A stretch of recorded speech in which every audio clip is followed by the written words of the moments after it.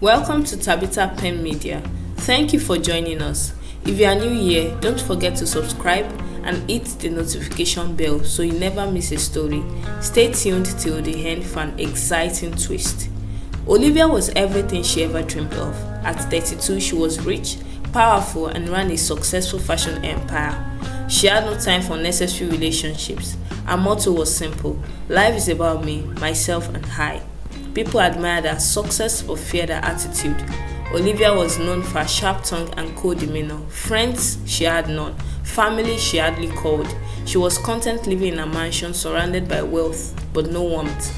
One afternoon, her childhood friend Zara came to visit her at her office. Zara had always been kind and tried to keep in touch despite Olivia's distant nature. During their conversation, Zara said gently, "Olivia, you know your parents are getting older. You should try to visit them, at least give them a call." Olivia scoffed. "Why should I? They are fine without me. Besides, I'm too busy running my business. Maybe you should focus on your own life instead of telling me what to do." Zara's face fell. "I'm just saying this because I care about you." Olivia rolled her eyes. "Save it, Zara. I don't need your advice." Hurt by Olivia's harsh words, Zara quietly left, deciding it was best to give her some space.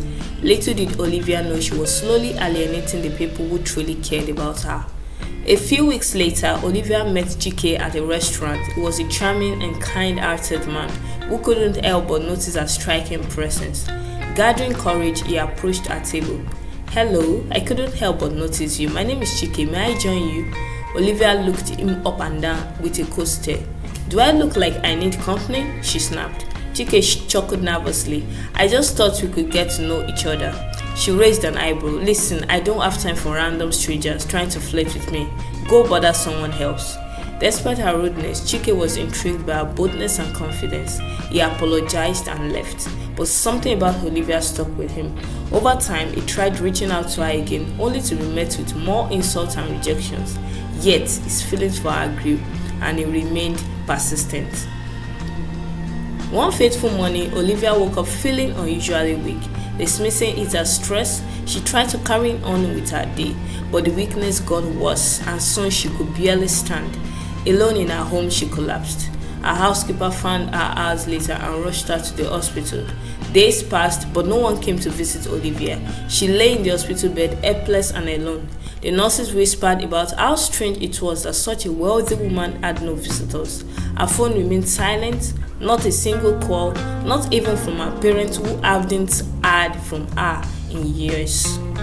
One evening, as the sun set outside her hospital room, the door creaked open. It was Chike, a man who had been pursuing Olivia for years.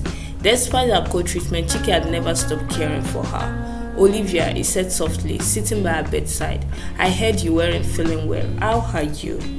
Olivia's voice was weak. "Why are you here, Chike? You should be the last person to care." He smiled. "Because I care about you, no matter how you have treated me." Tears welled up in Olivia's eyes. She had never felt so vulnerable. "No one else came," she whispered. "I am here," Chike said firmly, "and I am not leaving." For the next few weeks, Chike stayed by her side. He prayed for her recovery, brought her meals, and kept her company. Slowly, Olivia began to regain her strength. But it wasn't just her body that was healing, her heart was softening too. One afternoon, as they sat together, Olivia looked at Chike and said, "Why do you care so much? After all, I've been horrible to you." Chike chuckled. "Because I see the real you, Olivia, the one behind all the walls you have built. You are not as tough as you pretend to be." Olivia looked down, ashamed. "I have pushed everyone away. Even my parents don't know where I am." "It's not too late to change," Chike said gently. "Life isn't meant to be lived alone. Reach out to them, make amends." Olivia hesitated for a moment, then sighed.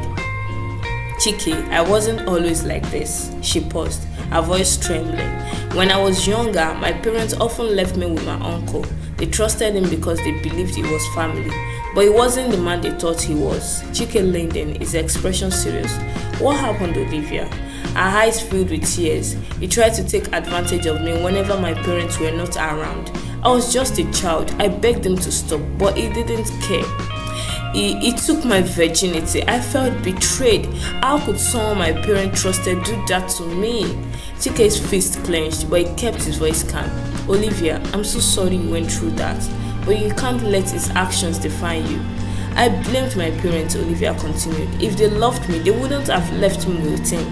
I decided then that no one could be trusted. It was better to be alone. Chike placed a hand on hers. I can't imagine the pain you have carried. But Olivia, holding on to that pain only gives him more power over you. You deserve to be happy. You deserve to trust again. Olivia looked at him, her eyes searching his. How do I let go? Start by forgiving yourself, Chike said. You were a victim, Olivia. What happened wasn't your fault. And then take one step at a time. Reconnect with your parents. Let people into your life. You don't have to do this alone. That night, Olivia picked up her phone and called her parents. The sound of her mother's voice brought tears to her eyes. Mama, it's me, she said, her voice trembling. Olivia, where have you been? We have been so worried, her mother exclaimed. I'm sorry, Mama, I have made so many mistakes. Can we start over? Of course, my child, we love you. Olivia's parents visited her the next day, and the reunion was filled with tears and hugs. Slowly, she began to rebuild her relationships, not just with her family, but also with new friends. She learned to open her heart and let people in. Months later, Olivia stood at the altar, holding Chike's hands. The man who had shown her unconditional love and patience was now her husband. As she looked into his eyes, she whispered, "Thank you for never giving up on me." Chike smiled. This is the real you, Olivia, and I'm so proud of the woman you have become. From that day forward, Olivia lived not just for herself, but for the people she loved. She had finally discovered the true meaning of life, love, connection, and selflessness. Thank you for watching. Don't forget to subscribe and share this story. It might bless someone out there. Let us know what you have learned in the comments. Your thoughts matter. God bless you.